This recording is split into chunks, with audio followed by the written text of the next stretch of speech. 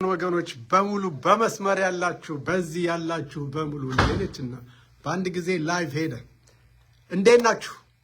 ይህ የኢትዮጵያ ወንጌላዊት ቤተክርስቲያን በኦስተን ቴክሳስ የምትገኝ የሚዲያ አገልግሎት ነው። በዚህ የሚዲያ አገልግሎት የሰማይ መስኮቶች ተከፍተው በምድር የሚሆነውን ሁሉ የምንቃኝበት ነው። ዛሬ ሰማይ የተገለጠው ባለንበት ቤተክርስቲያን በዚህ ሁኔታ የገላትያን መጽሐፍ የምንከታተልበት ነው። ቅዱሳን እየመጡ ናቸው ወገኖች፣ ጌታ ይባርካቸው። ከያለንበት የሚሰበስበን አምላካችን ክብር ይሁንለት። ሃሌሉያ። እንግዲህ እንደተለመደው ቅዱሳን ያገለግሉናል። አሁን ግን እንደው ለማየት ያህል አንዴ ላዙረው እስቲ እንዴት ብቸኝነት እንደሚያስጠላ አያችሁ። ብቸኝነት እንዴት እንደሚያስጠላ። ብቸኝነት ጥሩ አይደለም። ጭር ሲል ጥሩ አይደለም። ሰው ብቻውን ይሆን ዘንድ መልካም አይደለም ያለ አምላካችን ዛሬም ብዙ ተባዙ ካለው ቃል ጋር የሚሄድ ነው። ለሚ እንዴት ደስ ይላችሁ። ብቻዬን ከፌስቡክ እና ሰው አለ በዛ ይቅርታ። ኧረ ምን ይቅርታ አለ። ይኸውላችሁ ሰው ሲመጣ ግን እንዴት ደስ ይላል መሰላችሁ። ተባረኪ። መልአክ የመሰለች እህታችን፣ መልአክ የመሰሉ አክስታችን፣ አክስቴ መጥተዋል። ይኸውና እግዚአብሔር ይባረክ። እንዴት ናችሁ? በፌስቡክ በብዙ ደስታ ተባረክልኝ። አንደኛ ይሆን ስወዶት እኮ ጎሽ ብታስተምር ይሻላል። አንዴት ባለፈው በድንገት ተገልጦ ወንድማችን ፊሽ ደርሶልን ደግሞ ቴክስትም አላኩኝ። በጣም ጋሽ ፊሽ ነው ጊዜው በጣም ፈጠነብኝና ይሄን መጽሐፍም ሽጥልኝ እልሃለሁ ብዬ ረሳሁት። ቱ ቢ ዲስከስድ እናወራዋለን። አይዞሽ። ሙሉዬ ደግሞ አገልግሎት ጉድ እያለች ነው። እግዚአብሔር ይመስገን። በሰዓት ገብተህ ስለምትጀምር ፕሮግራሙ ሁሉ ጊዜ እግዚአብሔርን ስላንተ አመሰግናለሁ። በእግዚአብሔር ቤት ታማኝ የሆኑ ጥቂት ሰዎች ናቸው። ከነሱ ደግሞ አንደኛ አንተ ነህ። ይህንን ጸጋ ይህንን መሰጠት እግዚአብሔር ስለሰጠ እግዚአብሔር ሰብሮት ይሁን።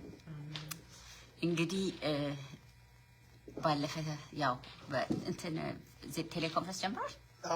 እሺ፣ በቴሌኮንፈረንስ ያላችሁ ሰዎች ሁሉ እንደዚሁም በመስመር ላይ ያላችሁ እግዚአብሔር ይመስገን። እንኳን ደግሞ ለዛሬ እሁድ እግዚአብሔር በሰላም ጠብቆ አገናኘን። ባለፈ ሳምንት ከከተማ ወጥቼ ነበር። በቃ አሁን ቴክስት አደርጋለሁ እያልኩ በፍጹም ሳይሳካልኝ ቀረ።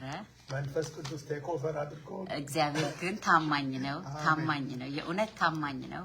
ሰው ቢረሳም እግዚአብሔር አይረሳም። በቤቱ ስንሆን የሚሰጠንን በማን በኩል እንደሚሰጠን ያውቃል። እና መምህር ልኮ ስንትን ጨረሳችሁ? አይ እዛው ነው፣ እንደገና ነው ሪቫይዝ ነው ያደረግነው። ከ1 እስከ 11 ድረስ ያልነበሩ ስለነበሩ እሺ ገላትያን ነው መናጠና ያለነው። ገላትያን መጽሐፍ እንደገና ከ11 ጀምሮ ያለውን እንመለከታለን ዛሬ። እናመስግን እግዚአብሔርን።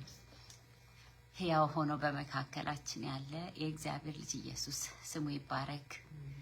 ሃሌሉያ። ቃል ስጋ ሆነ፣ ጸጋንና እውነትን ተሞልቶ በእኛ ውስጥ አደረ እንደሚል ይሄ የጸጋ ቃል በእኛ ውስጥ ሆኖ ሕይወት ሊሆነን መንገድ ሊሆነን ክርስቶስ ኢየሱስ ራሱ እኔ ሕይወት ነኝ፣ እኔ መንገድ ነኝ፣ እኔ እውነት ነኝ ያለው እውነትን ሊያሳስበን ልንኖርበት የሚገባውን እውነት ወደ ላይ የሚሻገረው ወደ ሰማይ የሚሻገረውን ማንነት በእኛ ውስጥ ሊሰራ የእሱን መልክ መስለን እንድንገለጥ ሊያደርግ ከቃሉ ጋር የሚቆም ጌታ በመካከላችን አለ። ክብር ምስጋና ላንተ ይሁን እግዚአብሔር ሆይ ስለወደድከን፣ በማይለወጥ ፍቅር ስለወደድከን፣ ልጅህን ልከህ አዳንከን። የዘላለም አምላክ እግዚአብሔር ተቅበዝብዘን እንዳንጠፋ እውነትና መንገድ የሆነውን ሕይወት የሆነውን ልጅህን ስለኛ መከራን ስቃይን ተቀብሎ እግዚአብሔር ሆይ ስቃያችንን ቅጣታችንን ተቀጥቶ እኛን ስላሻገረን ስምህ ይባረክ። የህይወት ውሃ ምንጭ ሆንከው ዛሬም ይህንን ቃልህን እንድንቀዳ እንድንቆፍር በዛ ውስጥ ያለውን እውነት ጳውሎስ በጣም በቁጣ ሆኖ በጣም የወንጌል እውነት ሊናጋ ነው መሰረቱ ሊናጋ ነው ብሎ በጣም ኃይለኛ የሆነ መጽሐፍ ቅዱስ ውስጥ ካሉት ብዙ መጽሐፍቶች በላይ በተለይ አዲስ ኪዳን በልዩ ሁኔታ የተጻፈውን በዚህ መጽሐፍ ቃል ውስጥ ስታስገባ ለአይሁዶች ብቻ ሳይሆን ለእኛም ትምህርት ስላለው ነው፣ ለእኛም እውነት ስላለው ነው።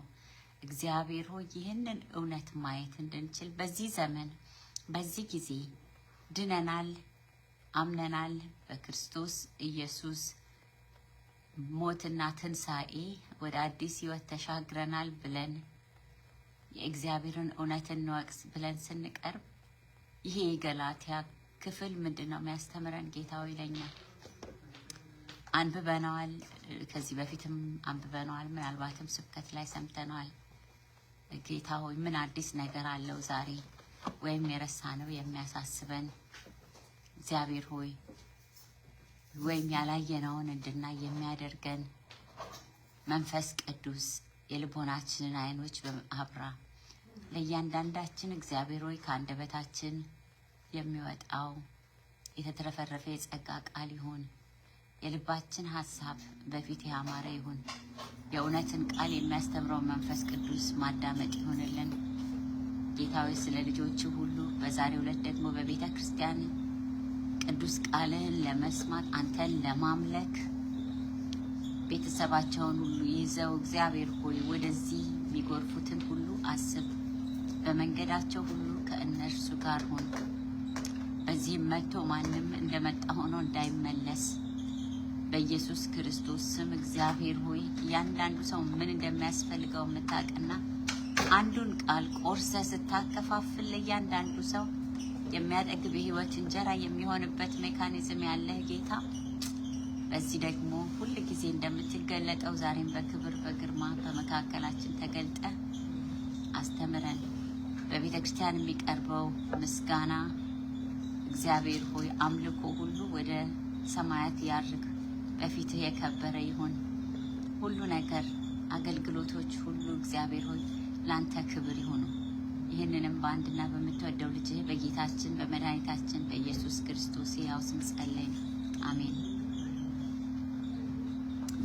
ታይትዬ ታፌ በጣም ይቅርታ ያለፈውን ስላረፍ ስላልነገርኳችሁ፣ ግን እግዚአብሔር ይመስገን መማር የሚያስተምረው ያልተነጋገረ ሰው ልኮ አስተማራችሁ አይደለ? ደስ ይላል። ጋሽ ሳለ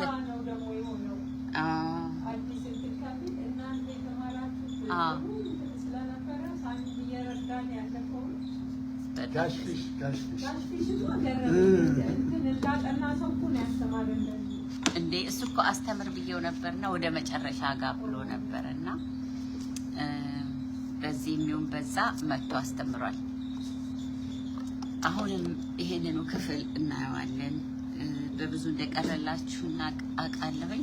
ምዕራፍ 1ን ክፍል 2ን እንመለከታለን።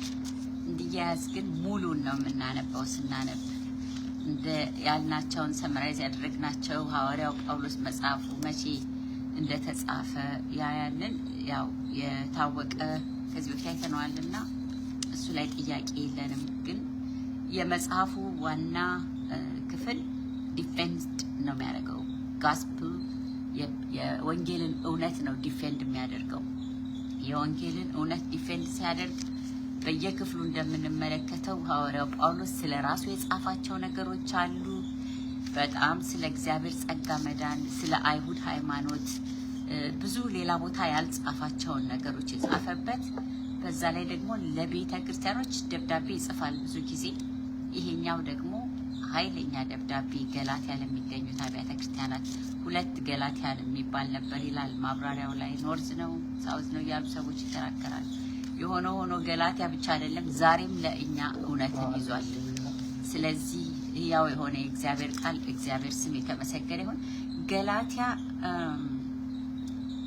መጀመሪያ ከተጻፉት ውስጥ ነው ይላል መጽሐፍ ቅዱስ ማብራሪያ ሮሜ መጨረሻ የተጻፈ ነው። ግን መጽሐፍ ቅዱስ ላይ አቀማመጡ እንደዛ አይደለም። የሆነ ሆኖ ግን መጀመሪያ ወንጌል እውነት ሲገባ የወንጌልን እውነት ለመበረዝ በዛው ስግስግ ብለው እንደዚህ ግን ብትጨምሩ እንደዚህማ ብለው ያሉትን ሰዎች ነው ብሎ ከስር ካልተመታ በስተቀር አብሮ ያድጋል። ብዙ ያደጉና ብዙ የተበላሹ ነገሮች ቢኖሩም ሐዋርያው ጳውሎስ ግን እንደዛ ቶለሬት የሚያደርግ ሰው አልነበረም።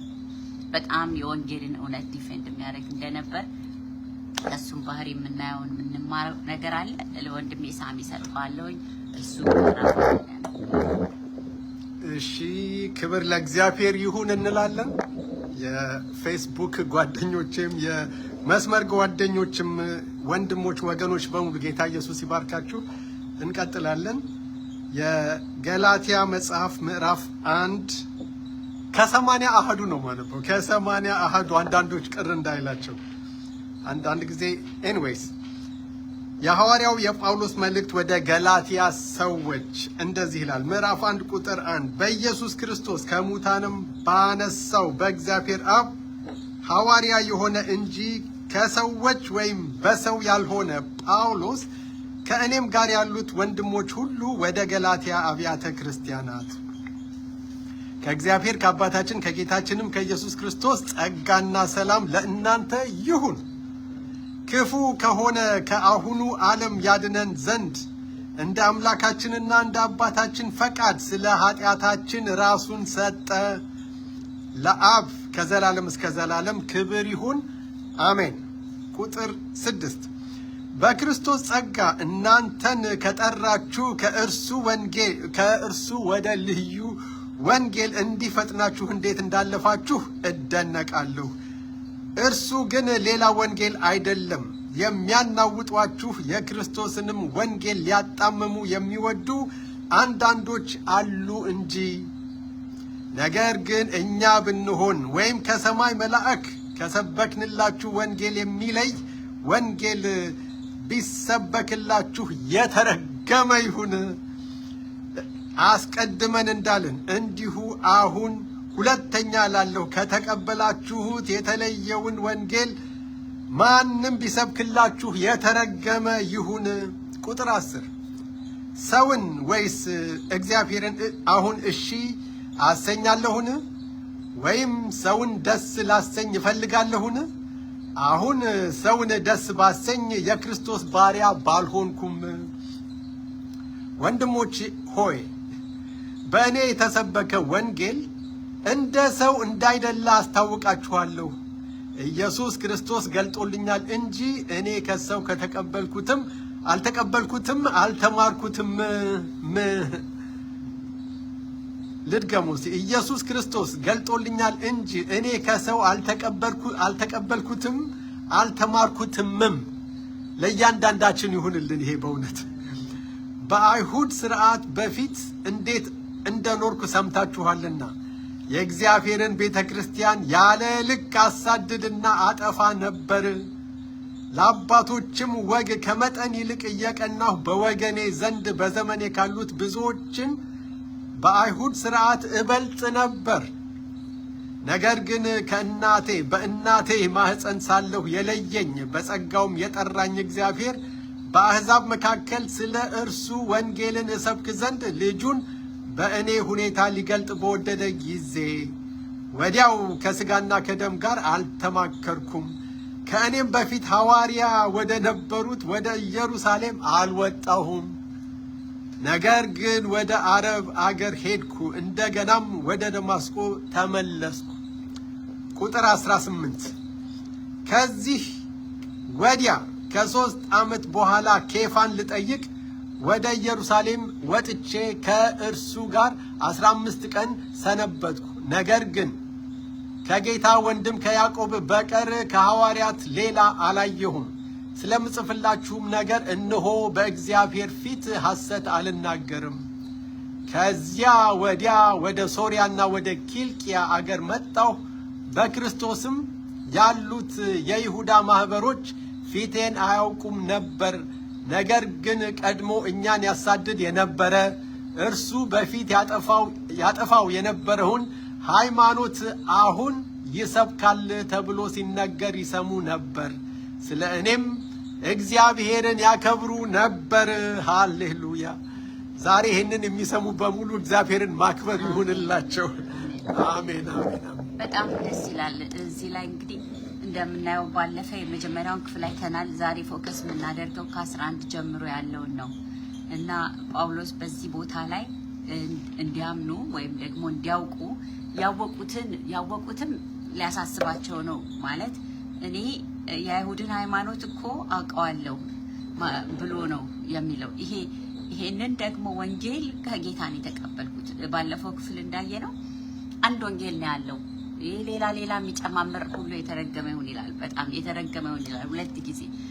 ብዙ ጊዜ እኔ ሞርሞኖች መጀመሪያ ሳይሆን መጽሐፍ ቅዱስ ትክክል ነው፣ ግን ይሄ ደግሞ እዚህ አሜሪካ ላለን የተሰጠ ነውና ይሄኛውንም ይላሉ። ጆሆቫ ዊትነስ የጆሴፍ ስሚዝ መጽሐፍ አላቸው። ክርስቲያን ሳይንስ የሚባለው ጄን ነች ማን የምትባል የጻፈች። ይሄንንም አብረው የሚሰጡት ነገር አላቸው። የስህተት ነገሮች ኢቭን በኢትዮጵያም ቢሆን ድርሳነ ተብሎ የሚባሉ ሁሉ ከወንጌል ጋር የሚስተካከል ነገር የላቸውም።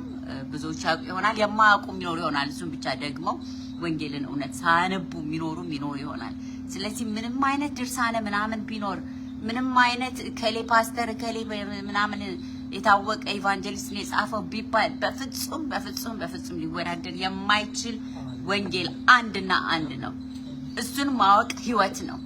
እሱን ማወቅ ነው መዝገብ መሰብሰብ እንጂ ሌሎች መጽሐፍ ጥቅም ይኖራቸው ይሆናል፣ ግን ከመጽሐፍ ቅዱስ ጋር አይወዳደሩም። የመጽሐፍ ቅዱስን እውነት አይተኩም። ብዙ የተማሩ ሰዎች ስለ ብዙ ነገር ያውቃሉ። መጽሐፍ ቅዱስን ግን ዞር ብለው አያውቁትም። ግን ደግሞ መልሰው ዲፌንድ ያደርጋሉ። አሁን ባለፈው ያገኘኋቸው ሰዎች ምን እነዚህ አይሁዶች እንደዚህ አድርገው እንደዚህ አይሁድ ስማርት ናቸው፣ እግዚአብሔር ሰው ሁሉ እንዲከተላቸው አድርገው ምናምን ብለው አንብባችሁ ታውቃላችሁ? ምን እንደበባል እኮ አይሁዶች የፈጠሩት ምናምን ነው።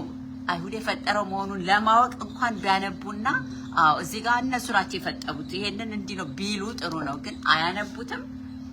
ሌሎችን ብዙ ነገር አንብበዋል። ካነበቡት ውስጥ መጽሐፍ ቅዱስን የሚቃወሙ ነገሮችም አንብበዋል።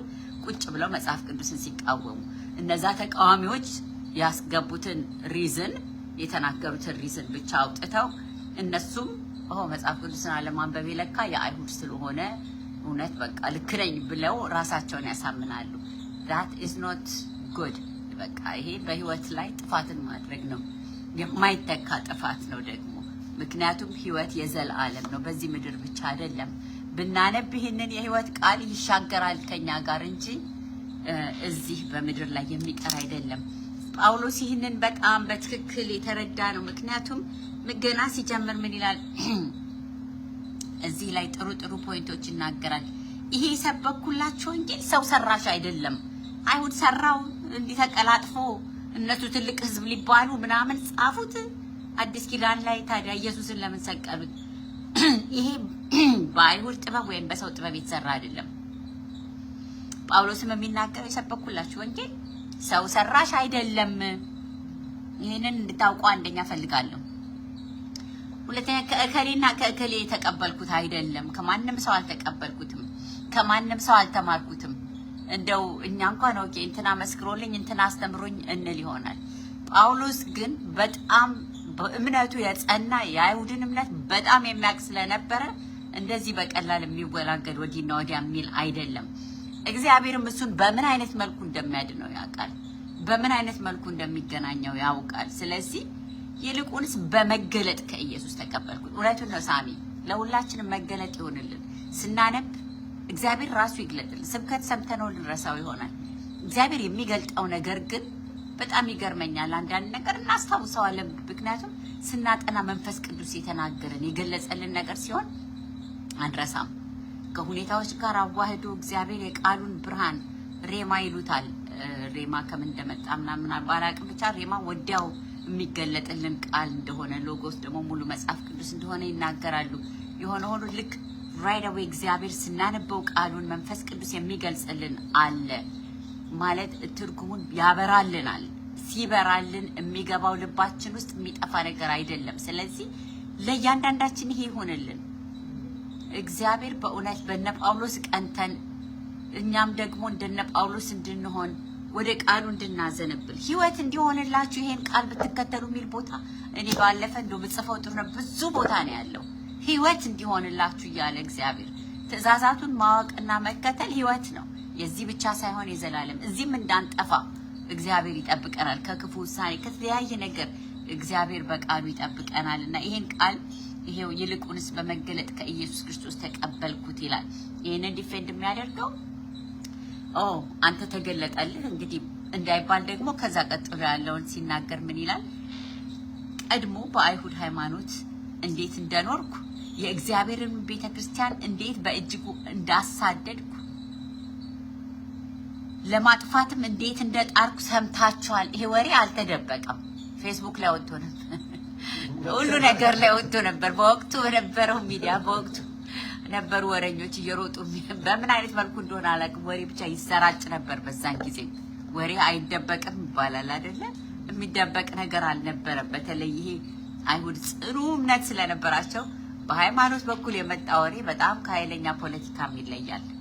ስለዚህ ወሬው ይሄዳል። ጳውሎስ እንዲያረገ እስጢፋኖስ ሲገደል እንደዚህ ከዛ በኋላ ያሳዳጁ ረጉድ ይሄን እነዚህ መርዝ አለባቸው። አንዳንድ ጊዜ አሁን እንዳትጠጓቸው ከተጠጓቸው ጴንጤዎች ይላል። የድሮ ጴንጤ በተለይ እንደዛ ነው። እንኳን እንጃ ምን ያህል ሰው መስክሮ ሰዎችን ወዲያው እውነትን ለማሳመን መንፈስ ቅዱስ እየረዳው እንደሚሰራ ባላውቅም እነሱ ግን ይፈራሉ። እምነት ቤቶች አንዳንድ ጊዜ ከነሱ ጋር አትሆኑ ያበላሻል። እኛ አይደለንም፣ መንፈስ ቅዱስ ግን ሰዎችን ይጠራል በእኛ ውስጥ ሆኖ እና ጳውሎስም እንዴት እንደነበር ታያላችሁ። እና ዝም ብዬ በራሴ የተቀየርኩ እንዳይመስላችሁ። የሚገርመው ነገር ከስጋና ደም እንኳን አልተማከርኩም ይላል። እንዴት እንደጣርኩ ሰምታችኋል። በእኔ እድሜ ዘመን ከነበሩት ከብዙዎች አይሁድ ይበልጥ በአይሁድ ሃይማኖት ልቅ ነበር አለ። ለዚህ ነገር ሼፕ ተደርጎ የተሰራ ነው። ከልጅነቱ ጀምሮ የአይሁድን ሃይማኖት በትክክል እንዲማር ተደርጎ እሱ በአይሁዳዊ ቢሆንም እንኳን በሮም ውስጥ ባደጉ ሮም ውስጥ በተወለደ ሮማውያን ፓረንትስ የሮምን ዜግነት ባገኙ ወላጆች ስር ልክ እዚህ አሜሪካ ልጆቻችን ተወልደው እንደሚያድጉት በሮማውያን ስር ባደጉ ወላጆች ስር ሆኖ ያደገ አይሁዶች ደግሞ የትኛውን ቦታ ቢሄዱ ስር መሰረታቸውን እምነታቸውን የማይተዉ ህዝብ ናቸው። ምክንያቱም ይሄ ከእግዚአብሔር ኪዳን ያለው እምነት ስለነበር በአብርሃም በኩል ያ ኪዳን ስለነበር የተስፋ ቃል ስለነበር የሚጠብቁት ነገር ስለነበር በጣም ልጆቻቸውን በዚህ እውነት ቃል ይኮተኩቱ ነበር። በተለይ ደግሞ ጳውሎስ ከነገማልያ እግር ስር ሲል ያን ጊዜ የነበሩ ሊቅ ከተባሉት ሰዎች የተማረ እንደነበረ ይሄ ዝም ብሎ ሞኝ ሰው እንዳልሆነ ሊያሳስብ ይፈልጋል። በአይሁድ ሃይማኖት እልቅ ነበር። ስለ አባቶቼም ወግ እጅግ ቀናተኛ ነበርኩኝ። ወግ ለምን ፈረሰ፣ ይሄ ለምን አልሆነም ብሎ ከቅናቱ የተነሳ ሁሉ እንዲገደሉ እንዲሳደዱ ቤተ መቅደስ ሄዶ ደብዳቤ አጽፎ ሲሄድ የነበረ ሰው እንደነበር እዚህ ላይ የራሱን ህይወት ግልጽ አድርጎ እንደገና ይጽፋል። ሐዋርያት ስራም ላይ ካለው በላይ እዚህ ላይ ሞር ጥልቀት ባለው ሁኔታ ይገልጣል። ይሄ ክፍል ባይጻፍ ኖሮ እንደዚህ መሆኑን የጳውሎስን ህይወት ብዙ ላንረዳ እንችል ነበር። ሐዋርያት ስራ ከጻፈው በላይ ነው እዚህ ጋር የተጻፈው እና ቁጥር 15 ላይ ነገር ግን ከእናቴ ማህፀን ጀምሮ የለየኝና በጸጋው የጠራኝ እግዚአብሔር ስሙ ይባረክ። አናውቀውም አንዳንድ ጊዜ ዛሬ የጀመረ ይመስለናል። እግዚአብሔር ግን ከማህፀን ነው የጠራን። ኤርሚያስንም ከማህፀን አየሁ ነው የሚለው፣ ማህፀን ሳለ ይላል። አንዳንዴ ዛሬ ነው እግዚአብሔር ይመስገን እሺ ስላልን አያስገድድም ማንንም። ግን እግዚአብሔር የሚድኑትንም ያውቃል። በዚህም በዛም ብሎ ብቻ እግዚአብሔር ስላዳነን ስሙ ይባረክ። ብዙ ጊዜ ሰው የሚሳሳተው አሁን እዚህ ላይ በጸጋው የጠራኝ ይላል። በእግዚአብሔር ጸጋ ነው ጥሪ። በአሕዛብ መካከል ስለ እርሱ እንድሰብክ ልጁን በእኔ ሊገልጥ በወደደ ጊዜ እግዚአብሔር በእያንዳንዳችን ልጁን መግለጽ በሳሚ ሁኔታ፣ በታፌ ሁኔታ፣ በሙሉሻ ሁኔታ፣ በታይቲ በትያለፉ በእኔ በእያንዳንዱ አንዳንድ ጊዜ አንድ አይነት ዩኒፎርም አይደለም የሰራው እግዚአብሔር። እውነት ነው። ወደ ክርስቶስ መምሰል የሚወስደን ነገር አለ ከባህሪ አንጻር የሆነ ሆነ አንዳንዶቻችን ችኩል ነን። አንዳንዶቻችን እርግጥ ያልነን፣ አንዳንዶቻችን ኃይለኛ ነን። በዛ ኃይለኝነትም ወንጌል ትሰማለህ ስማ ብሎ ሊደዋደብ ይችላል። አንዳንድ ሰው መደዋደብ ባይፈቀድም ግን በሱ ሁኔታ ነው እግዚአብሔር በቃ በእኛ ሁኔታ ራሱን መግለጽ ይችልበታል። እንዴት እንደሆነ ባናቅ እኛ እንኳን በማናቀው በእኛ ሁኔታ ውስጥ ክርስቶስ ኢየሱስ ይህንን እውነት ያሳየን ጳውሎስ ነው። እንግዲህ እኔን ምሰሉ ክርስቶስን ነው የምመስለው አለ። ክርስቶስን እንዲመስል ያደረገው የክርስቶስ ወንጌል እንደመሆኑ መጠን አሁንም ደግሞ በጳውሎስ ሁኔታ ውስጥ ሆኖ ጳውሎስ በተማረበት መንገድ በገማልያል ስር አይሁድን ቃል አውቆ ባለበት ሁኔታ ላይ ከአይሁድ ከተማረው ትምህርት ጋር አሁን የተረዳውን እውነት እንዴት እያያያዘ አሕዛብን እንዴት እንደሚያድን ሁሌ ይገርመኛል። ጴጥሮስ ብዙ ያልተማረ አሳጥማጅ ምናምን ነበረ። ምን ጴጥሮስን ለምን አሳጥማጅ ጋር አላከም? አሳጥማጁን ጴጥሮስን ለምን አሕዛብ ጋር አላከም? ምክንያቱም ብዙ እውቀት አይፈልግም።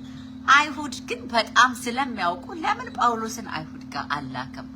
አናቅም። እግዚአብሔር አሰራሩ ይገርመኛል።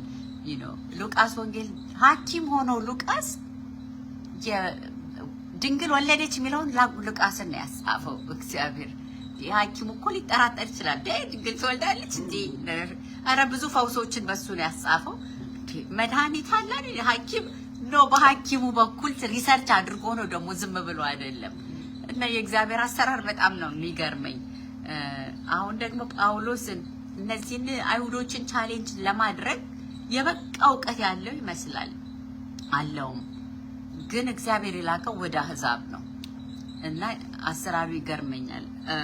አንዳንድ ጊዜ ፒኤችዲ ያላቸው ሰዎች ሚሽን ስራ ላይ ሄደው በጣም እግዚአብሔር በቃ ኮሊንግ ሆኖ በጽሁፍ እንኳን የማይነገር ወንጌልን በቃል ብቻ እንደ ተረት በመንገር ብቻ የሚያስተምሩ አሉ።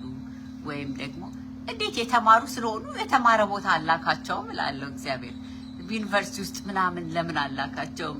እንዴት በቃ ዘላኖች ጋር ምናምን ርቀት ያለው ገጠር ውስጥ በቃ እግዚአብሔር በራሱ በሱ ሁኔታ ሊገልጥ ሀምብል አድርጎ ሰዎችን ይልካል።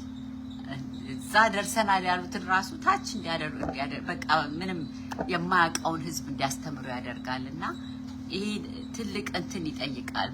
ጳውሎስ ከክርስቶስ ባይሆን ኖሮ እንዲህ ተምሬማ እዚህ ሊል ይችላል። ምክንያቱም የአይሁድ ንቀት እንግዲህ አሕዛብን አስቡት።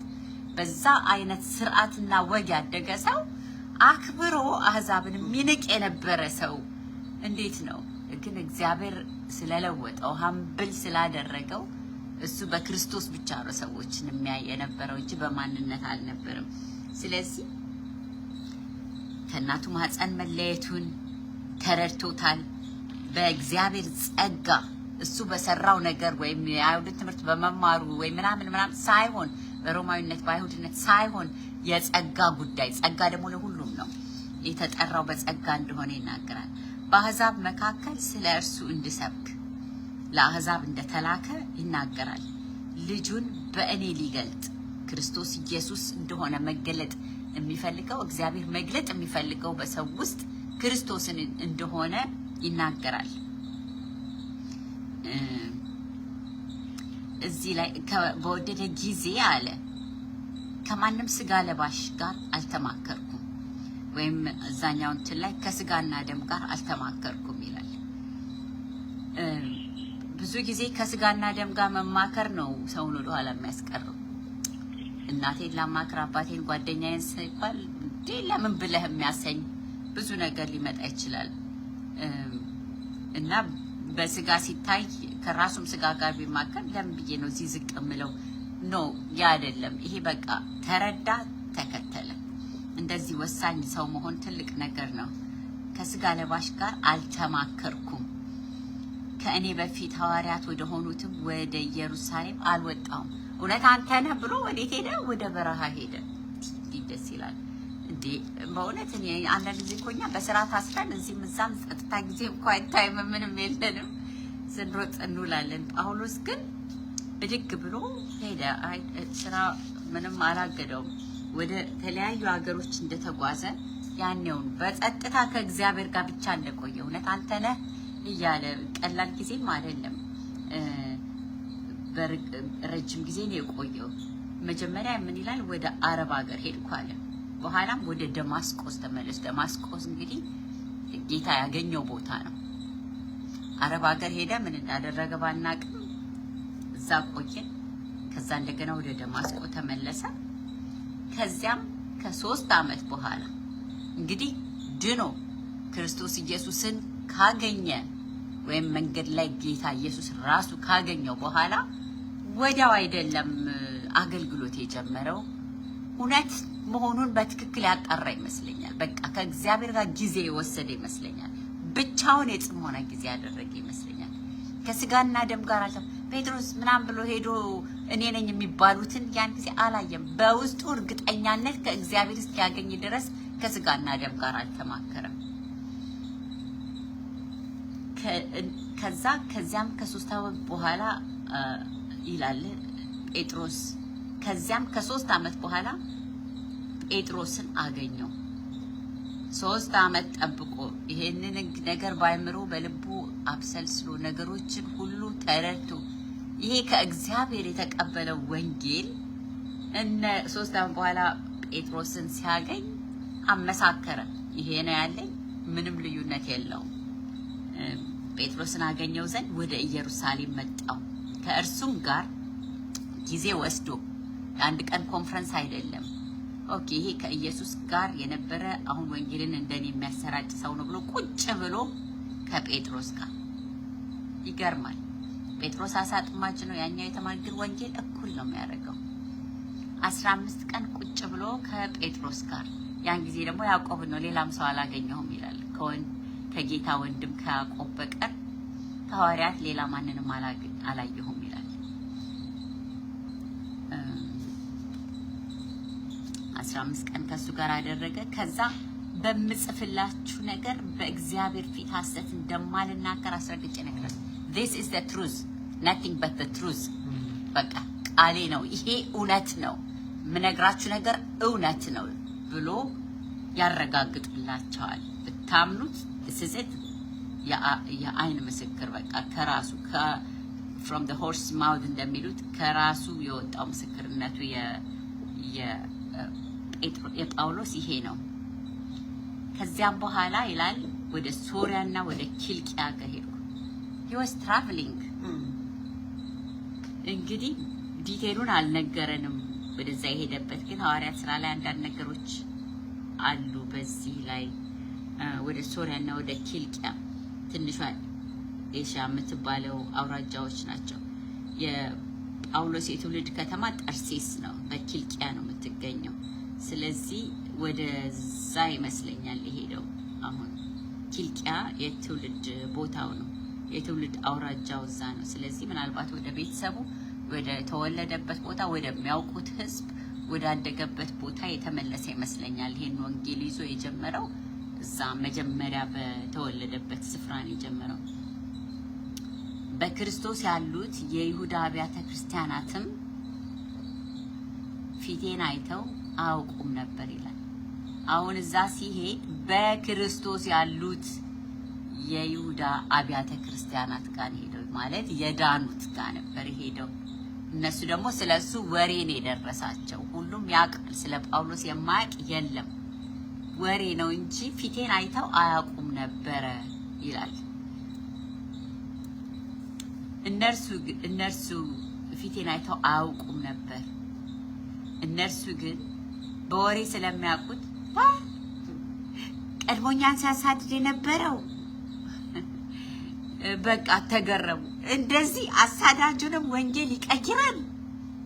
ያ ነው የተጀመረው። ከዛ በኋላ ብዙ አሳዳጆች ተለውጠው ብዙ ምስክርነት ሰምተናል። ጳውሎስ ግን የመጀመሪያው አሳዳጅ ነው። መጽሐፍ ቅዱስ ላይ ሲቀየር የወንጌል እውነት ልቡን ነክቶ ተቀይሮ ሳያፈር ደግሞ ወደዚህ ወደ ክርስቶስ ህብረት ሄዶ ራሱን ሲሰጥ እንመለከታለን። እኛን ሲያሳድድ የነበረው ከዚህ በፊት ሊያጠፋው ይፈልግ የነበረውን እምነት አሁን እየሰበከ ነው። ትልቅ ኒውስ ነው። ኢትስ አ ቢግ ኒውስ። አሳዳጁን ኮንቨርት አድርጎ እንደገና ሰባኪ አድርጎ ሲልከው ለሰው ሁሉ ድንቅ ነገር ነው። ምክንያቱም እግዚአብሔር ተራ ሰዎችን ብዙ ጊዜ ይጠቀማል፣ ምንም ስማቸው ኒውስ ላይ ያልገባ ሰዎችን። ይሄ ግን በጣም ኒውስ ላይ የነበረ በወቅቱ በዛ በአይሁድ እምነት ውስጥ በጣም የታወቀውን ሰው ደግሞ ትልቅ ዛፍ ነው የተጣለው። ከአይሁድ ውስጥ ትልቅ ነገር ነው የተጣለው። ያው ወደ ክብር ነው ያመጣው። ለነዛ ግን እንደዛ ይመስላል የሚለው ወሬ ብቻ ሰምተው ነበር። በእኔ ምክንያት እግዚአብሔርን አመሰገኑ ይላል። በእኛ ምክንያት እግዚአብሔር ይመስገን። በእያንዳንዳችን ምክንያት እግዚአብሔር ይመስገን። እስኪ ስለዚህ ነገር የምትሉት ሐሳብን ከእያንዳንዳችን ውስጥ መንፈስ ቅዱስ በመራን የገረመን የደነቀን ይሄን ክፍል ስናይ የምናስታውሰውን ነገር ሼር እንደራረግ። አሳዳጁን ሰባኪ ያደረገው ወንጌል በእጃችን ላይ አለ። ዛሬም ብዙ አሳዳጆችን እንደሚለውጥ አምናለሁኝ። እግዚአብሔር ትልቅ ነገር እንደሚሰራ አምናለሁ። ይሄንን ሲያስተምረን በምክንያት ነው። እሺ ከማን ልጀምር? ሳሚ ነገሩን ሁሉ ከጨረሰችው በኋላ እንደገና ደግሞ ጨርሰዋለች ነገሩን። እንደው አይቅር በማለት ነው። በጣም ብዙ ሊነገር የሚችሉ ነገሮች አሉ በዚህ እያንዳንዳችን። ይሄ እግዚአብሔር ራሱን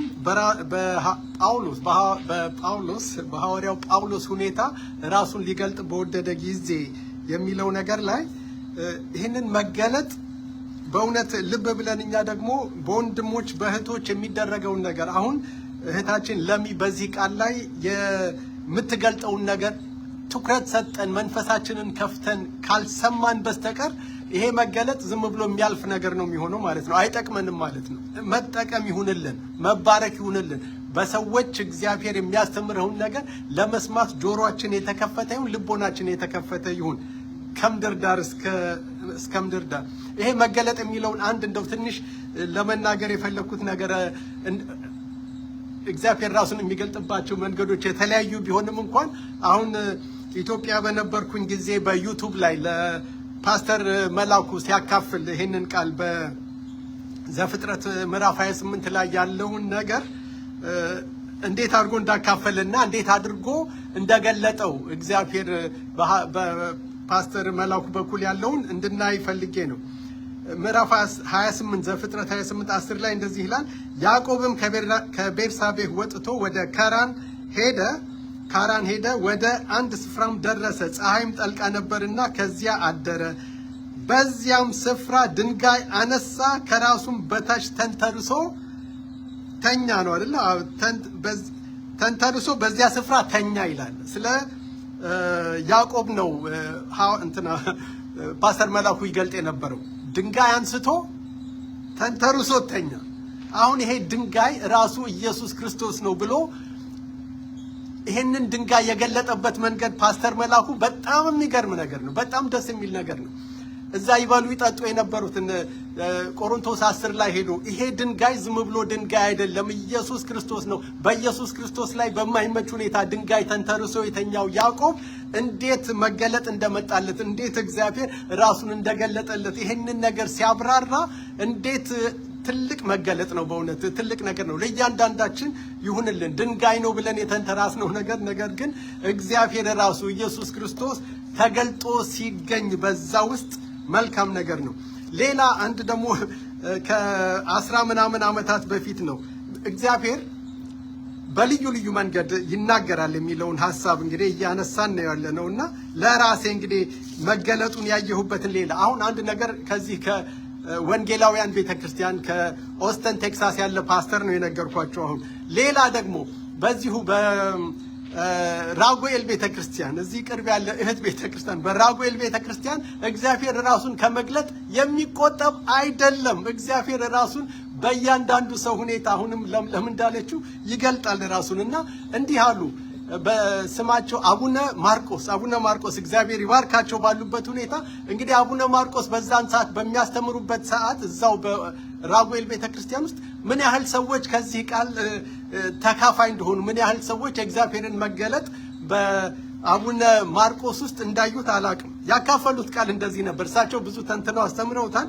የዮሐንስ ወንጌል ምዕራፍ 17 ኢየሱስም ይህን ተናግሮ ወደ ሰማይ ዓይኖቹን አነሳና እንዲህ አለ፣ አባት ሆይ ሰዓቱ ደርሷል። ልጅህ ያከብርህ ዘንድ በሥጋም ሁሉ ላይ ሥልጣን እንደሰጠኸው ለሰው ሁሉ የዘላለምን ሕይወት ይሰጣቸው ዘንድ ልጅህን አክብረው።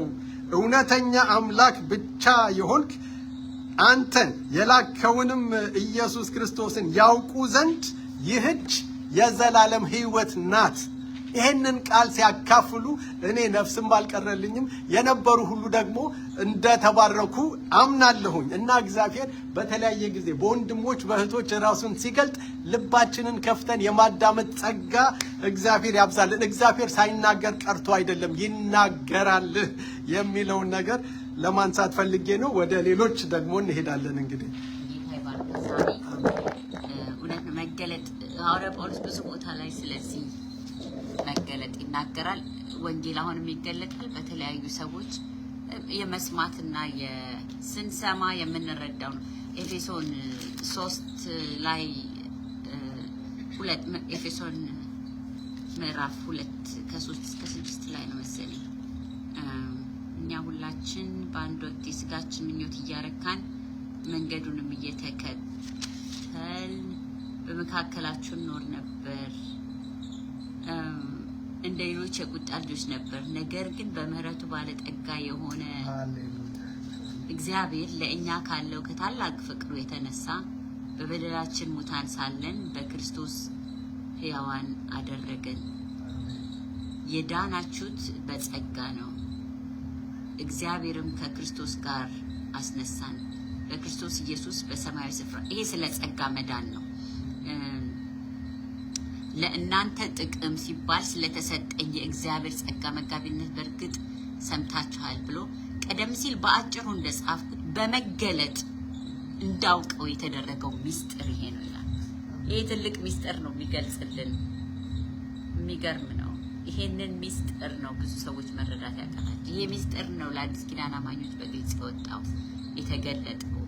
ይሄ በክርስቶስ የመዳን እውነት ዛሬም ቤተክርስቲያን ዛሬም በክርስቶስ የሚያምን ሕዝብ ሁሉ የሚሰብከው ይሄንን ወንጌል ነው።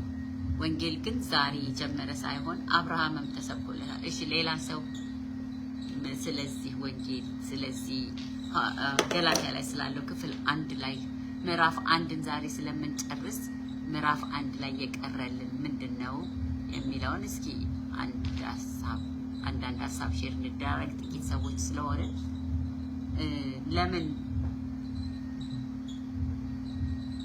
ለምን ኦኬ አልገባንበትም። እሱን ግን ስንገባበት እናየዋለን። ግን ምዕራፍ 1 ወይም ደግሞ ገላትያን ስንመለከት ሲጀምር በኋላ እንደምናየው መገረዝ ገባ አልገባ ምንድነው?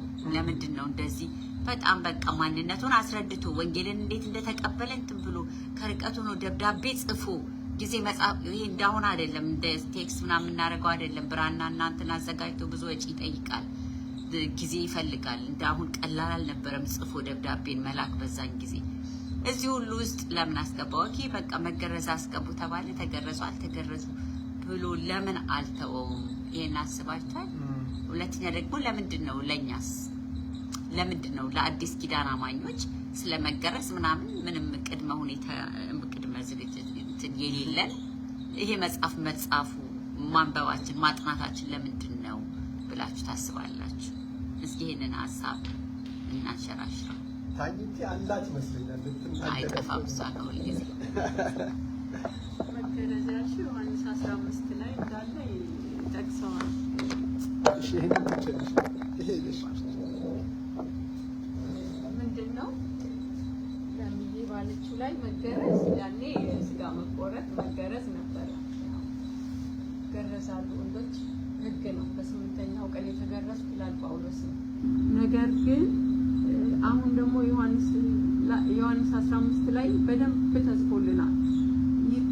በቃ ይገርዘዋል ብዙ እንዲያፈራ ይላል፣ አጥርቶ እንዲያፈራ ይላል። እና ያልተገረዘ ብዙ ሊያፈራ አይችልም። ዛፍ እንኳን እንትን ሲያደርጉት የበለጠ ፍሬ ያፈራል። መገረዙ እዛ ላይ ነው። ግን እኔ በጣም የሚደንቀኝ ጳውሎስ በፊትም ለእግዚአብሔር ቀንቶ ነበረ የሚያሳድደው እና ሳላውቅ ነው የሚለው የሆነ ቦታ ላይ እና ሳላውቅ በሰራሁት ስህተት እግዚአብሔር ምህረት አደረገልኝ።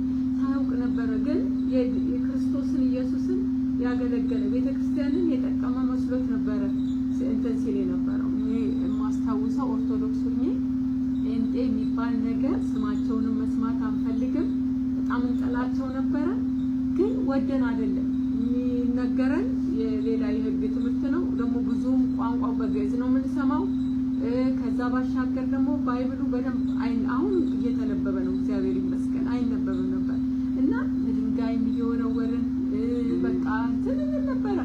በጥቂቱ እንግዲህ ጳውሎስ በኃይል ነበረ፣ ያው በጣም በእንትን ተሞልቶ ልክ በዛው ኃይሉ ነው የተጠቀመበት ገልብጦ ጌታ እና አሳዳጅ ነበርኩ ይላል እና እኛም በጥቂቱ ሳይገባን አሳደናል፣ ተቃውመናቸዋል፣ ብዙ ነገር ብለናል። እኔ 1 አመት ክርስቲያን ሆነው ቤተሰቦቼ 1 አመት እኔ ግን ኦርቶዶክስ እየተመላለሱ በጣም እጠላቸውና አቃወማቸው ነበር። በኋላ ግን ሲገባኝ እግዚአብሔር ራሱ ነው በእውነት የገለጠልኝና ይሄንን በተለይ እንጨቱን ያመጡታል፣ አንድ ደዌ እንትን ይሉታል። በቃ እኛ አመት ብለን ተበጥጦ እንጠጣለን። ያንን ግልጥልጥ አድርጎ እንትን ሲለኝ ማንም ሳያስረዳኝ ባይብሉን ማንበብ እንዴት ይጠቅማል። ከዛ በኋላ በቃ ደግሞ በፍቅር ተሞላው።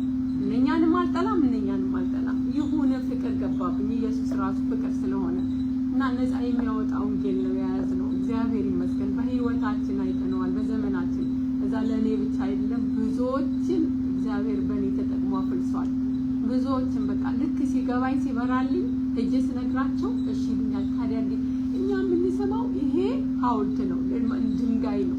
ይውላችሁ ህያው የሆነው ጌታ ይኸው መጽሐፍ ቅዱስ እንዲህ ይላል፣ ህይወት ነው፣ ብርሃን ነው፣ መንገድ ነው። በቃ እንዴት ዝም ልበል? የእውነት ደግሞ ዝም ብለው እሺ ይሉኛል። ከዛ ብዙዎች ወደ ጌታ መጡ የእውነት እና እግዚአብሔር ይመስገን በገባን እውነት ስንሄድ መንፈስ ቅዱስ ጸጋው ነው፣ እኛ አይደለንም። እና በቃ በፊትም ሳይገባኝ ነበረ በቅናት በቃ ሩጫ ነው። መነኩሴ መጡ ሲባል አባ የምንላቸው አሉ። ሻይ ይዘን ደግሞ እንግዲህ ተነሳችን ነጠላ ጎተተች ሩጫ ይዘን እና እንደዛ ነው ድግስ፣ የቤተክርስቲያን የጥምቀት ድግስ ደጋሾች ነን። ልክ ሲገባን ግን እነሱም እከሌ ጴንጤ ናቸው ብለው አውገዙን፣ አባረሩን። ግን ከመባረራችን በፊት አገልጋዮች ሁሉ እንትን ብዬ ጫማቸውን አድርገው ገብተው ሰብተው ግን ነገር አበላሹ እንጂ በሁለት ሰው ተከፈለ። ምን ችግር አለው? ግማሹ እንዴት የቤተክርስቲያን ሕግ ይጣሳል? እና አገልጋይ አምጥቼ ወጣቶቹን ካስተማሩ በኋላ እሁድ የሚያስተምሩ ተብሎ የወጣቶች ዋናው ፈቀደላቸዋል። ቄሶቹን አስፈቅዶ ጫማ አድርገው ገቡ። ያው እኛም ጥበብ ይጎለናል። በዛ ረብሻ ተነሳ እና ይሄን ያህል በቃ ልዩ ቅናት ነበር በእውነት። ያ ጸጋውን ያ መንፈስ የት ሄደብኝ እላለሁ በእውነት። ሰው እንደገና ማለት እያደገ መሄድ አለበት እየበረታና ልዩ ቅናትና ያ ጸጋ ደግሞ ሐሴት ደስታ አይደለም ውስጥ የነበረ ደስታ። አሁን ሳስበው ራሱ ይደንቀኛል። እና ጳውሎስ ዝም ብሎ አይደለም እስር ቤት ሆኖ የሚዘምረው ምን የሚለው ጸጋው ልዩ ህይወት ደስታ ይሰጣል። በተለይ የሚመሰክሩ ሰዎች በእውነት ሐሴትና ደስታ ደግሞ እነዚህ ምልክቶች ይከተሏቸዋል ይላል። ምልክቶቹም አሉ። ሰዎች ሲፈወሱ ያሉ፣ ሌላ ብዙ ተአምራት ነው የሚሆነው። መርዝ ቢጠጡ አይጎዳቸውም። በቃ ለራሳቸው የማይጨነቁ ለጌታ ኖረው ሶኬታቸውን ከዚህ ምድር የነቀሉ በእውነት ነቅለው በቃ ላይ ይሆኑ። እነሱ ደግሞ በምድርም ተደስተው ረክተው ጌታን አስደስተው ነው የሚያልፉት። እና ይሄ ይሁንልን፣ እግዚአብሔር ይርዳን። በእውነት ስለሆነልን እግዚአብሔር ይመስገን። ስለሆነልሽ እግዚአብሔር ይመስገን። አሁን ለመጨረሻ አሜን።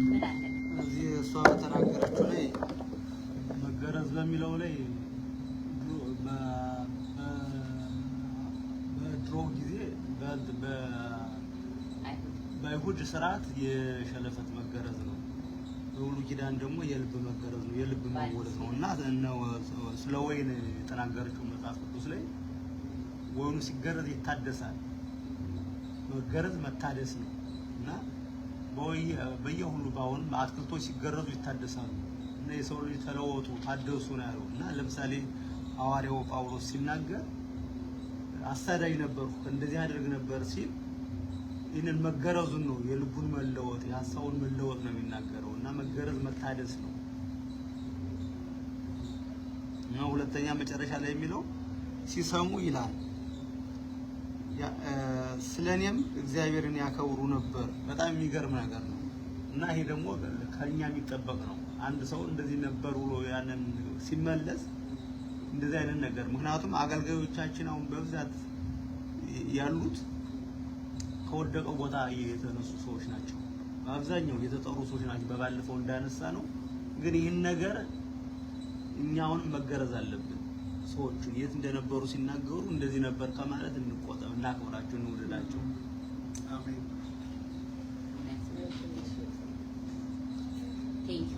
ደግሞ በጣም ደስ ያለኝ መቼም ወንጌል የሰማነው ወንጌል እውነት ነው። የእግዚአብሔር ቃል ማለት ነው። የዳንበት በቃ ምን ድብልቅልቅ ያለ ግልጽ የሆነ ነገር ጌታ ኢየሱስ ክርስቶስ በሰራው ስራ ብቻ የዳንበት ስለሆነ እኛ በጌታ የዳንን ሰዎች ደግሞ ያ ነገር በትክክል ካልገባን አንዳንድ ጊዜ ድብልቅልቅ ነገር አለው። ድብልቅልቅ ነገር ስለምናደርግ ይምታታብናል። አይ ዶንት ኖ አላውቅም። ስለዚህ ያንን ግን መጀመሪያ ልንፈትሽ ይገባል። ጊዜ ሳይሄድ ወደ ጌታ ሳንሄድ ደግሞ ጊዜያችን መቼ እንደምንጠራ ስለማናውቅ ያንን ነገር ግን ለህይወታችን ስለሚጠቅመን የሰዋው መስዋዕት ህይወቱን የሰጠበት ህይወት እኛን ለማዳን ክብሩን የጣለበት የወረደበት ዝቅ ያለበት እኛ እስካለንበት ድረስ የመጣበት ህይወት እውነት ነው በቃ። ስለዚህ ይሄ እውነት ደግሞ ከብዙ ከመስማት የተነሳ ሊሆን ይችላል፣ ወይንም በግልጽ ቃሉ መንፈስ ቅዱስ በሚገልጥበት ጊዜ ባለመረዳት ይሆናል። ብቻ አለው አንዳንድ ነገር። ስለዚህ ያንን ነገር አሁን ጊዜ ሳይሄድ እድሜ ሳይሄድ ወደ ቤታችን ከመጠቅለላችን በፊት በደም ገብቶናል ወይ? ጳውሎስ ደስ ነው የሚለው እንዴት ብላችሁ ዞር አላችሁ ከወንጌሉ? ይሄ ወንጌል እኮ እውነት ነው ያለው በገላትያን ሰዎች ማለት ነው። ስለዚህ እያንዳንዳችን ዝም ብሎ ቤተክርስቲያን መመላለስ እንዳይሆን፣ ዝም ብሎ ወንጌል ገብቶናል ብሎ መስበክ እንዳይሆን፣ ድብልቅልቅ ያለ ነገር ይሰማኛል። ለእኔም ራሴ አንዳንድ ነገር ስናደርግ ማለት ነው ያ ድብልቅልቅ የሚያጠራልን የእግዚአብሔር ቃል ነው፣ መንፈስ ቅዱስ ነው። የሰው ስብከት አይደለም፣ ስሜት አይደለም፣ ምናምን አይደለም። የእግዚአብሔር ቃል ግልጽ ነው። በመንፈስ ቅዱስ ሆነን ስናነበው ያ ደግሞ መንፈስ በውስጣችን ስላለ ልዩነታችን እዚህ ላይ ከዳንና የዳኑና ያልዳኑ ልዩነታችን መንፈስ ቅዱስ በውስጥ ስላለ መንፈስ ቅዱስ አስተማሪ ነው። ያንን እንሰማዋለን ወይ ነው። ያንን ከሰማን እኔ እንጃ ድብልቅልቅ የሚልብን አይመስለኝም ክርስትና። አሁን ያለነው ጴንጤዎች ግን ብዙዎቻችን ከኔ ጀምሮ ድብልቅልቅ ብሎብናል። ስለዚህ አንዱ ተነስቶ ሲናገር ልክ ነው፣ አንዱ ሲናገር ልክ ነው ምናምን። ስለዚህ ይሄ ህይወት እንደው ጳውሎስ እንዳለው እንዴት ነው እንደዚህ እሱ የገባው ወንጌልን የተናገረውና እነዚህ ሰዎች ደግሞ እርግጠኛ ሆኖ ነበር እንደተቀበሉ ብሎ እሱን እንደሰሙት መስሎት ዞር ሲል ግን በሌላ መንገድ መጡበት። ስለዚህ እኛም እንደዛ እንዳልሆን መፈተሽ አለብን ብዬ ነው ከምዕራፍ 1 የተማርኩት። ያ በእውነት በጣም ትክክል ነው። በጣም ጌታ ይባርክሽ። የሚገርም ነው። ይሄን ባለፈው እሺ አሁን ሙዬ በተናገረችው ላይ አንድ ሰው ጌታን ሲቀበል ነው የሚገባው። ልንገር በበላይ ላይ የዘር ማንዘር መንፈስ የነበረበት ዝም በውስጡ ሲገዛው የኖረው ነገር ያ ሲመታ ውጊያ አለ ይመጣል ለመመለስ። ያ ሰው የግድ ከእግዚአብሔር ቃል ጋር መጣበቅ አለበት።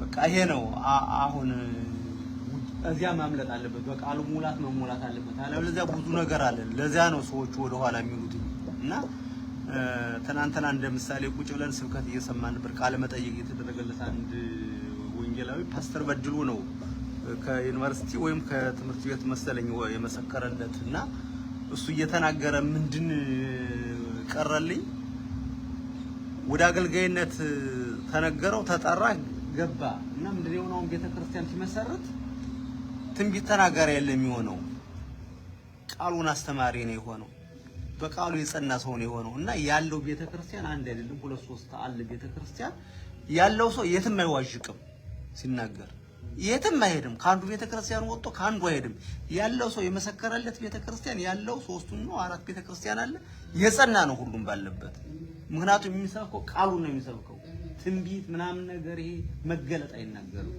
እና ሰዎቹ ከዳኑ በኋላ ወደ ቃሉ ሙላት እንዲመጡ አስፈላጊ ነው ትናንትና ከተረዳሁት ይቅርታ ወረጥኩሽ እውነት ነው በጣም ሰዎች የቃል ሙላት ነው የእግዚአብሔር ቃል ማወቅ ደግሞ ጳውሎስ ላይ እዚህ ላይ ብዙ ሰዎች አሁን የወንጌል እንትኖች በጣም እዚህ ላይ መርጋም ወንድማችን ባለፈ ነገር ብሎታል ጳውሎስ ኮምፕሮማይዝ አያደርግም ጳውሎስ ይሄን ሰውንማ በሰማ የሰው አገልጋይ አይደለም ነው እኮ አይደለ እንዴ ለሰው ሰውማ አሁንማ ጎሽ ለመባል የሚሻው በሰዎች ዘንድ ነው ይላል ቁጥር 10 ላይ አሁን እኔ ጎሽ ለመባል የሚሻው በሰዎች ዘንድ ነው ወይስ በእግዚአብሔር ዘንድ አሁን ቅድም ለምሳሌ ሳሚ እህት ቤተ ክርስቲያን ምናምን ሲል ኦኬ ብለን እናልፋል ኖ ጳውሎስ ቢሆን ነው ዝም በል እህት የምትለው ወንድም የምትለው በክርስቶስ ኢየሱስ የዳነ ነው ዝም በል ነው የሚለው ጳውሎስ ቢኖር እንደዛ ነው እኛ ግን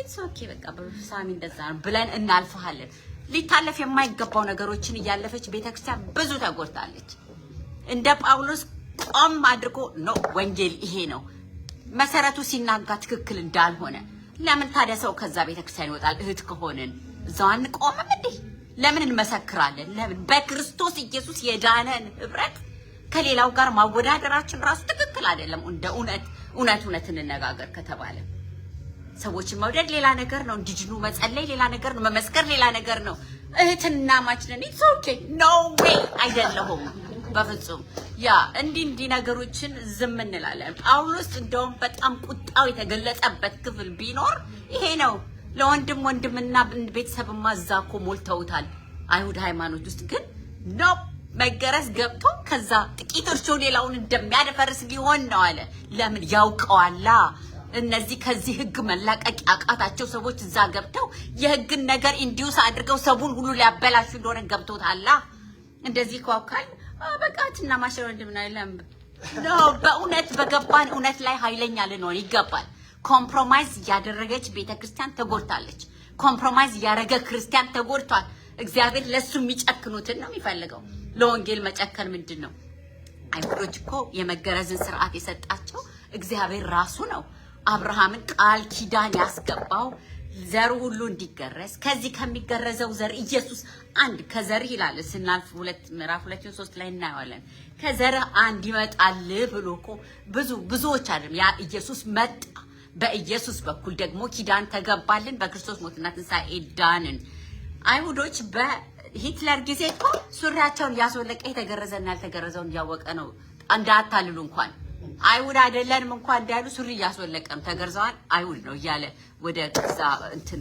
ኮንሰንትሬሽን ካምፕ የሚያስገባቸው የነበረ በዚህ በመገረዝ ብዙ እንትን ደርሶባቸዋል በዛን ጊዜ ክርስቶስ ኢየሱስ ደግሞ የልብ መገረዝን አመጣ በልባችን ተገርዘን ነው እንጂ የሥጋ መገረዝ አይደለም በአዲስ ኪዳን ውስጥ ምክንያቱም ያ አንድ በአብርሃም የተገባው የተስፋ ቃል የሆነው ኢየሱስ ቃል ሥጋ ሆነ ጸጋና እውነት ሞልቶ በእኛ አደረ የተባለው መጥቷል ከሱ መምጣት የተነሳ ህይወት ሆኖልናል ወደ አዲስ ህይወት አዲስ ህብረት ውስጥ ገብተናል ባሮጌ አቁማዳ ላይ አይደለም አዲስ ወይ ጠጅ የምናስገባው በእራፊ ጨርቅ ላይ አይደለም አዲስ ልብስ የምንሰካው አዲስ ሆነናል አዲስ ፍጥረት ይለናል እግዚአብሔር ቃል አዲስ ፍጥረት ሆነናል ነገር ግን ኮምፕሮማይዝ የምናደርገው ነገር ቤተክርስቲያንን ዊክ አድርጓታል ይህ እንዳይሆን ነው የገላትያ መጽሐፍ ስለዚህ ወንጌልን ዲፌንድ ማድረግ የእያንዳንዳችን ስራ ነው ጳውሎስ ብለን መልሰን ኮምፕሮማይዝ ምናደርግ ከሆነ ትምህርቱ አልገባንም ማለት ነው ስለዚህ በዚህ ክፍል ውስጥ በጣም ኃይለኛ ሆኖ የጻፈበት ምክንያት ተርተን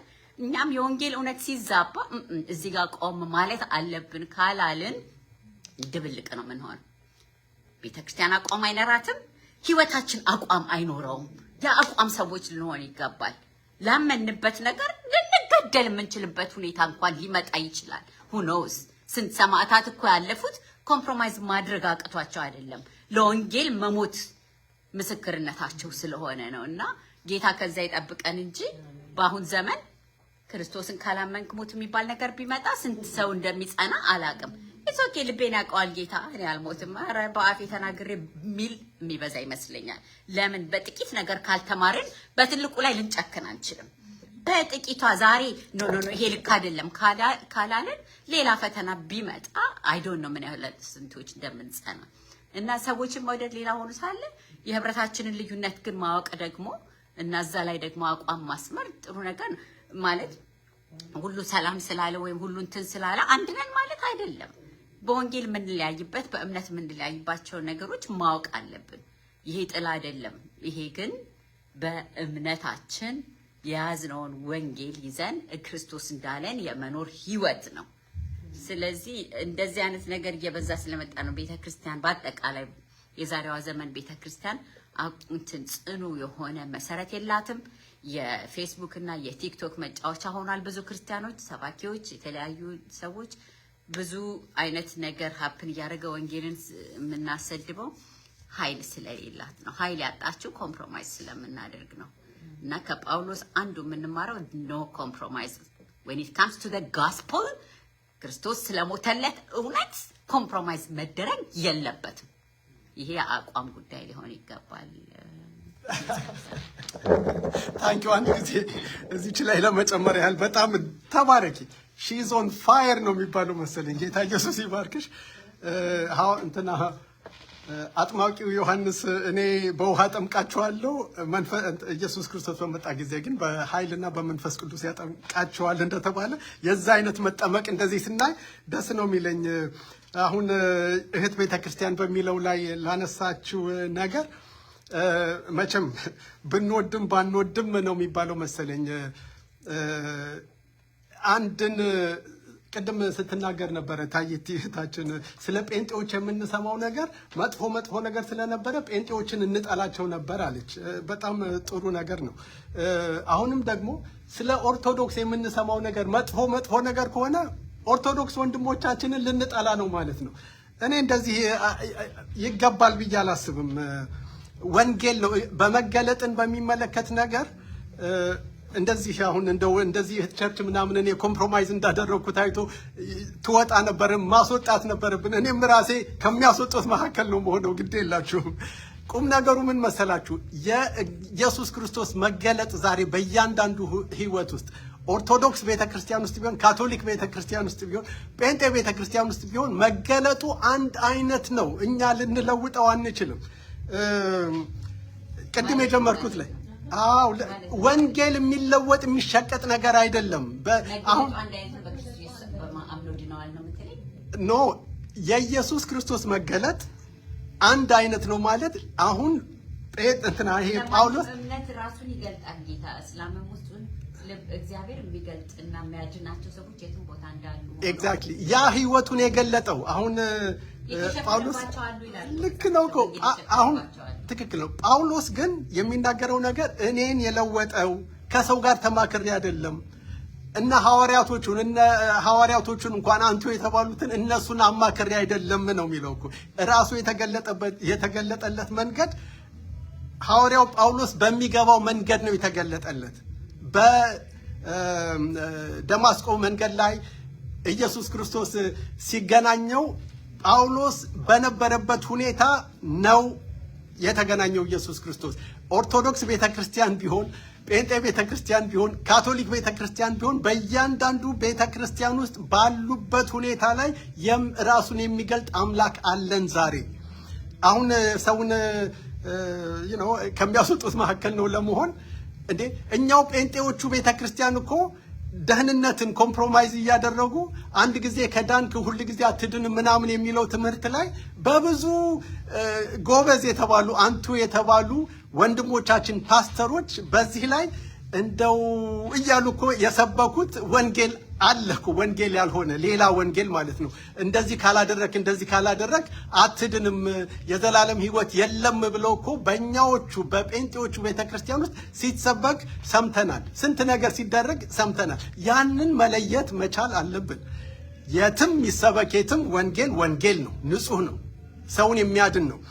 ሰው እኮ ይህንን አሁን ቅድም የጀመርኩትን ፓስተር ጳውሎስ ተናገረበት ያልኩትን ብቀጥለው ዘፍጥረት 28 ላይ ያዕቆብ ተኝቶ በነበረበት ሁኔታ ለያዕቆብ እግዚአብሔር ራሱን ሲገልጥለት እንደዚህ ነው እንግዲህ ህልምም አለመ፣ እነሆም መሰላል በምድር ላይ ተተክሎ ራሱም ወደ ሰማይ ደርሶ እነሆም የእግዚአብሔር መላእክት ይወጡበት ይወርዱበት ነበር። ይህ ራሱ ቃሉ ካልተተረጎመ በስተቀር ምን እንደሆነ ጨለማ ሆኖብን ነው እኮ የምንኖረው። ጴንጤ ቤተክርስቲያን ውስጥ እየኖርን ይሄንን ነገር ለመረዳት እያቃተን ስንኖር ጨለማ ውስጥ ነን ያለ ነው ማለት ነው። ይሄ ናትናኤል ላይ የሚናገረው ነገር ቃሉ ካልተፈታ በስተቀር ካልተብራራ በስተቀር ማንም ሰው ቅድም ታይቲ ስትናገር ነበር። ለሰው ሄደን ስንመሰክር ኢየሱስ ክርስቶስ አዳኝነቱን ስንነጋገር እዚህ ምድርና ሰማይን ያያያዘው መሰላል ያ መሰላል እርሱ ራሱ ክርስቶስ ነው ብለን መናገር ካልቻለን ለያዕቆብ የተገለጠለት በእንደዚህ አይነት ሁኔታ ነው። ክብር ለእግዚአብሔር ይሁን። ራሱን እግዚአብሔር ለያዕቆብ የገለጠው በዚህ ሁኔታ ነው። ናና ጴንጤ ካልሆን ካልተባለም ያዕቆብ ናና ካቶሊክ ካልሆን አልተባለም፣ ናና ኦርቶዶክስ ካልሆን አልተባለም። ባለበት ሁኔታ ራሱን የሚገልጥ እግዚአብሔር ባለንበት ሁኔታ ራሱን የሚገልጥ አምላክ አለን።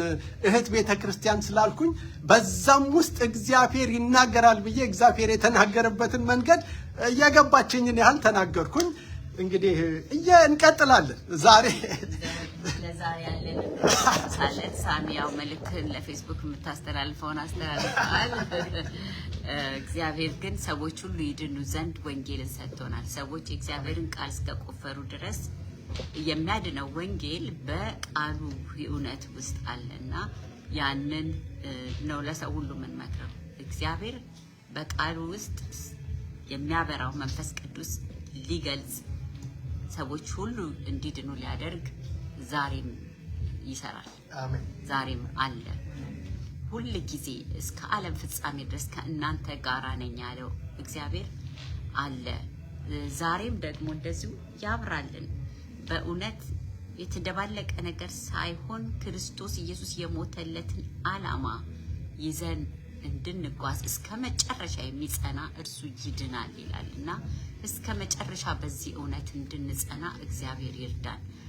በዚህ በጎስፕል እውነት ላይ ታይት ይጸልይልንና በዚህ በእውነት አብያተ ክርስቲያናት ወይም ደግሞ የዳንን ሰዎች የምንመካው በክርስቶስ ነው። ያዳነን የጸጋው ወንጌል ነው። ዛሬም ሰዎችን እንዲያድን ዛሬም በጨለማ ወንጌላችን የተደፈነባቸው አሉ ይላል እኮ። ወንጌል ስለተሰበከ ብቻ አይደለም ስለተገለጠ ነው። ወንጌል ተደፍኗል። አንዳንድ ቦታ ይነበባል ግን አልተገለጠም። የተገለጠለት ግን ሁሉ ጊዜ ሲሰደድ ነው የምናየው። ከክርስቶስ ጊዜ ጀምሮ ቤተክርስቲያንን ያሳድዷታል እና እንደውም አንድ ቦታ ላይ ምኖች ይወስዷታል ነው የሚለው ቤተክርስቲያን ተጋፊዎች በጣም ብርቱዎች እና በጣም ብርቱ መሆን አለብን። ቀላል አይደለም ብርቱ መሆን፣ ጠንካራ በዚህ በወንጌል እውነት መሆን አለብን እና በዚህ አቅጣጫ ላይ ብትጸልይልኝ ደስ ይለኛል።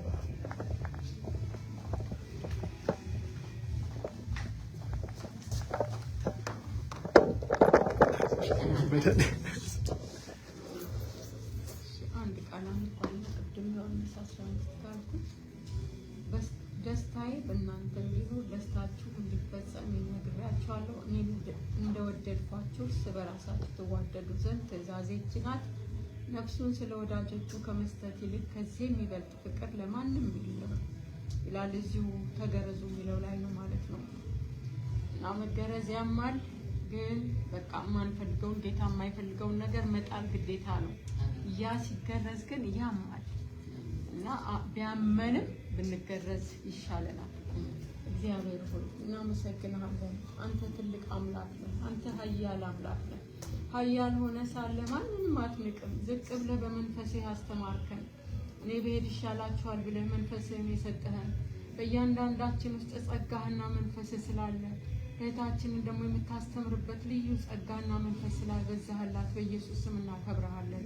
አቤቱ ልዑል ሆይ ስራህ ግሩምና ድንቅ ነው። ይሄ በእውነት አባቶቻችን እግዚአብሔር የተጋደሉለት የሞቱለት ወንጌል ዛሬም ያው ነው፣ ሕያው ነው፣ ትኩስ ነው። እግዚአብሔር ሆይ ደምህ ያው ነው። በእውነት ያነጻል፣ ይቀድሳል፣ ይፈውሳል። አንድ ነገር እንጠይቃለን። እኛ ከተለያየ ቦታ ተጠርተን ምናልባትም ብዙ ሰዎች ጸልየውልን መጥተናል። ዛሬም ደግሞ በጨለማ የሚርመሰመሱትን ጌታ ሆይ እንድትነጥቅ እንድታድን የሚደነቀው የሚያስደንቀው ብርሃን እንዲበራላቸው ሸክም እንዲንከባለል ሰንሰለት እንዲቆረጥ ቀንበር እንዲሰበርላቸው በኢየሱስ ስም እንማጸናሃለን። እኛም በገለጥክልን በዚህ ጥቂት እውነት እግዚአብሔር ሆይ እየተመላለስናለን። በበለጠ እንድታበራልን ጌታ ሆይ ሬማ ሆኖ በእውነት ቃልህ እየመጣ እግዚአብሔር ሆይ እንዲያስደንቀን፣ እንዲፈውሰን፣ እንዲቀድሰን፣ እንዲመልሰን ስንስት ተመለስ የሚለውን ድምፅህን እንድንሰማ አምላኬ በቤት ሆነን በእውነት በትክክል እንድናምን በትክክል እንድናውቅ እንድትረዳን በኢየሱስ ስም እንማጸናሃለን። አቤቱ አንተ ትልቅ ነህ እግዚአብሔር፣ የሚገባህን ክብር ደግሞ እንድንሰጥ ጌታ አምላካችን ንጉሳችን ሆይ ብትሰራ ብታደርግ የእግዚአብሔር ጸጋ ነው እሱ ነው እያልን ሁሉ በሱ ከሱ ለሱ እያልን እንድንቀጥል አንዱንም እግዚአብሔር ሆይ በእኔ ከኔ ለእኔ እንዳንል ልዑል ጌታ አምላክ ወንጌል ገብቶን እውነት ገብቶን ፍቅርህ ገብቶን ጌታ ሆይ እኛም እርስ በራሳችን እንድንያዝ እንድንፈቃቀር እንድንዋደድ እንድንሸካከም እንድትረዳን በኢየሱስ ስም እንማጸናሃለን። አቤቱ ስላበዛህልን ጸጋ እንባርክሃለን። በእውነት ክብር ሁሉ ለአንተ ይሁን። የመረዳትህን ጸጋ ስለሰጠህን ከዚህ በላይ ስለምትገለጥልን እንባርክሃለን። እግዚአብሔር ለሚፈልጉ የምትገለጥ አንኳኩ ይከፈታል፣ ለምኑ ይሰጣችኋል፣ ኖ ፈልጉ ታገኛላችሁ ያልክ አንተ ነህ ጌታ ሆይ ፈልገናል። በእውነት አንኳኩተናል። የሰማይ አምላክ ዛሬ ደግሞ እንድትገኝልን በጉባኤ መካከል እግዚአብሔር በአብሮነት በመገኘት በህልውና እንድትንቀሳቀስ አዝና የመጣች ነፍስ ደስ ብሏት እንድትወጣ እንቆቅልሽ እንዲፈታ ህመም በሽታ ሁሉ እንዲነቀል ጌታ በኢየሱስ ስም እንጸልያለን።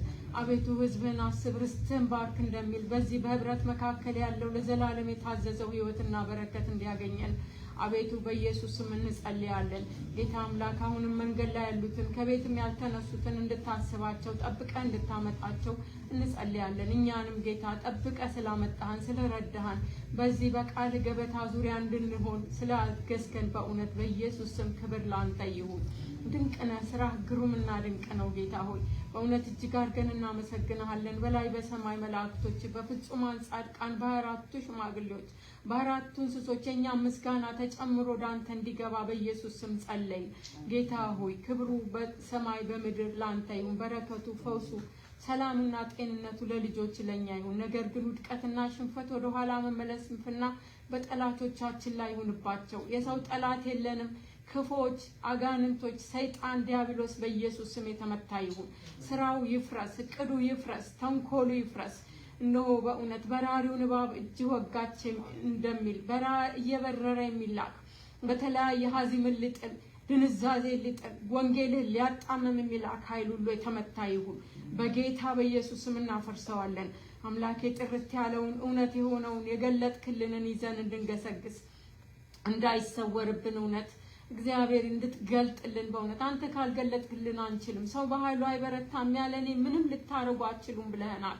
በአንተ ግን ይቻላል። አንተ እንድትረዳን አሁንም የቀረው ዘመናችን ሁሉ በአንተ ቤት የተባረከና እግዚአብሔር ሆይ አንተን የምናከብርበት እንዲሆን በእውነት አንተ በእኛ ላይ እንድትታይልን መልካም ብርሃን ሆነ እንድንገለጥልህ ጌታ ሆይ ለዓለም ጨው እንድንሆን ጌታ ብርሃን የምናበራ እንድንሆን እግዚአብሔር አብዝተህ እንድትገልጠን በኢየሱስ ስም እንለምንሃለን። በተገኘንበት እንድናስገኝህ እግዚአብሔር በተገኘንበት ከሷ ጋር እግዚአብሔር አለ፣ ከሱ ጋር እግዚአብሔር አለ፣ አምላካቸው ታላቅ ነው እንዲባል ታላቅ ነገር በህዝብ በልጆች ላይ እንድታደርግ እንለምንሃለን።